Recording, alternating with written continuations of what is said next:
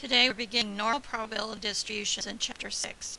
In Chapter 5 we were introduced to random variables and we concentrated in particular on discrete random variables. In Chapter 6 what we do is we move forward and we concentrate on continuous random variables. So to review just a little bit from Chapter 5, a random variable is a variable having a single numerical value determined by chance for each outcome of a procedure. A probability distribution describes probability for each value of the random variable. So a probability distribution may be a table, it may be a formula, or it may be a graph. A discrete random variable, like we looked at in Chapter 5, has a finite number of values. A continuous random variable, which we're looking at here in Chapter 6, has an infinite number of values. And the normal distribution is a continuous random variable that has a symmetric bell-shaped distribution. And we'll be looking at the graph of that in just a moment. Now, here's the equation for the normal distribution, where we have a population with mean mu and a standard deviation sigma. Now, if you use what we call the standard normal, you put in 0 for the mean and sigma equal to 1, then we get this equation, and I think I'll show you the graph when we get to the next page. Okay. So you can do this on your calculator and see what it looks like. Kind of have to adjust your window in order for it to show up. Alright, so in 6.2 we began looking at the standard normal distribution by first taking a look at what we call a density curve. It's a graph of a continuous probability distribution. Couple of things we need to be aware of when we're working with a density curve. The total area under the curve is equal to 1. And what's important to note is as we move forward, area is equivalent, it means the same thing as probability. And every point on the curve has height that is 0 or greater. Now, what we have in my illustration here is what is called a uniform. And let me see if I can get my pen to write.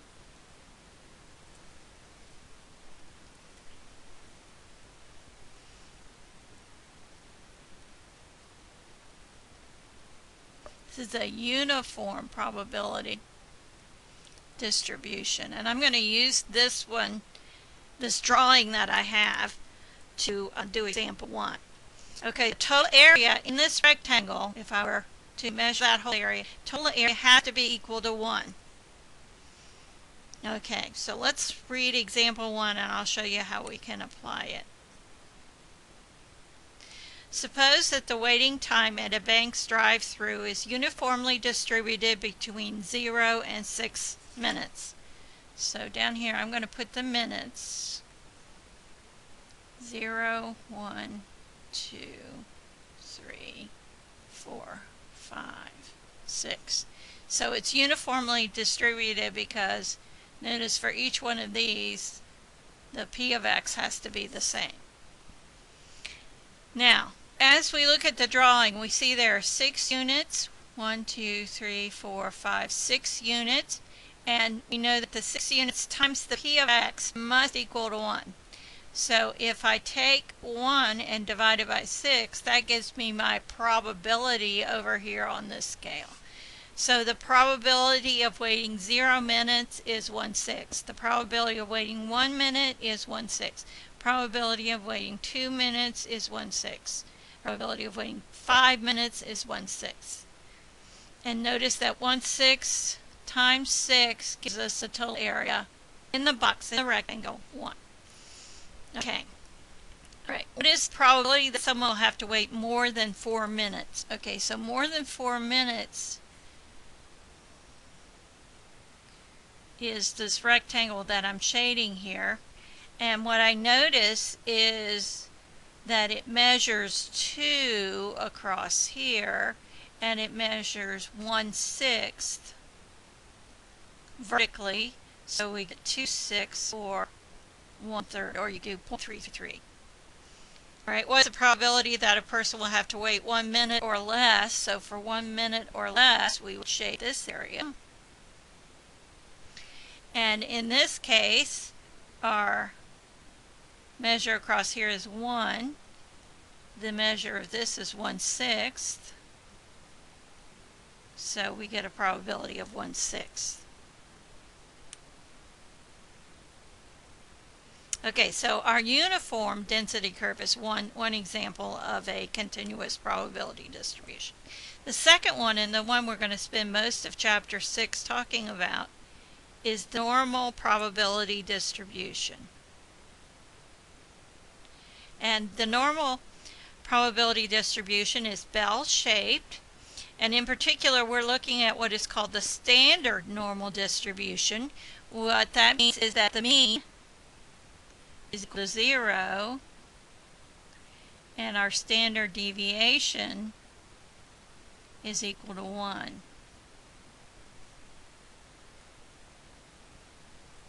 And if we go to the left, we'll have negatives.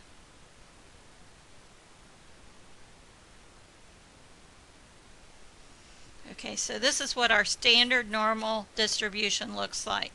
And I'm going to just put 1 and 0 here. 0 and 1. Okay, so our mean is 0 and our standard deviation is 1 to have a standard normal distribution. Now, we have a number of ways that we can compute probabilities when we're given z-scores, and these are actually z-scores along the horizontal axis here.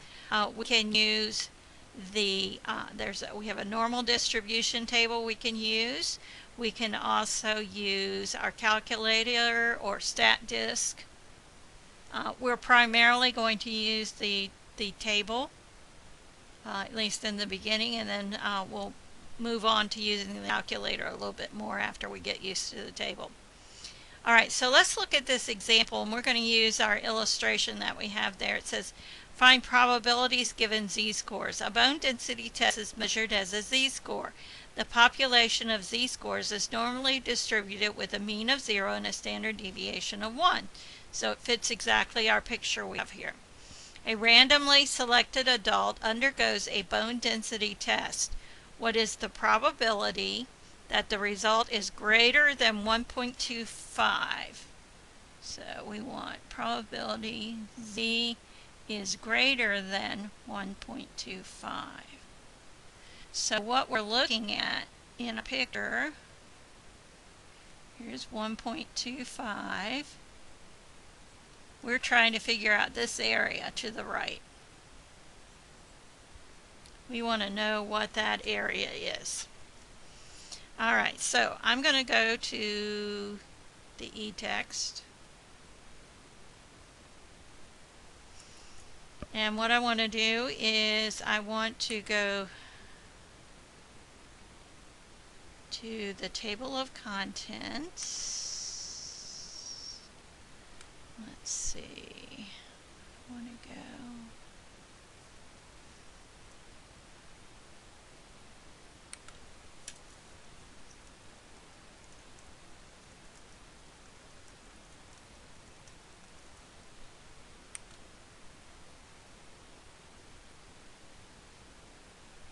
Of the two, 1.0 and 0.04. So 1.04, that would be the area associated with that one. Now, it's always the area to the left of the z-score. Always the area to the left of the z-score. So this picture here reminds us of that. Okay, so now what we had was 1.0. Now I've forgotten 1.25, okay. Alright, so I need to scroll down. Alright, 1.25 is 0.8944. 0.8944.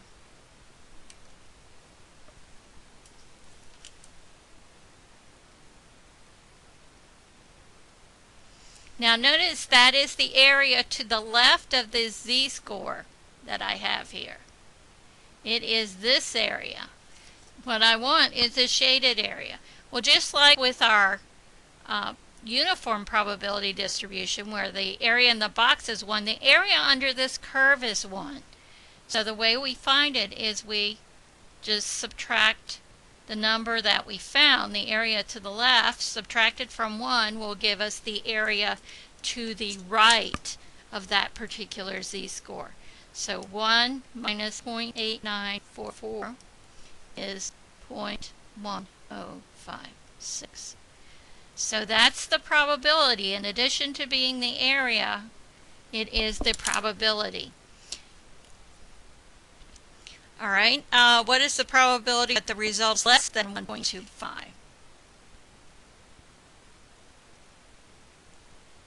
Well, that's the easy one. That's the one we looked up. That's the 0.8944. Okay, so we'll be using the table.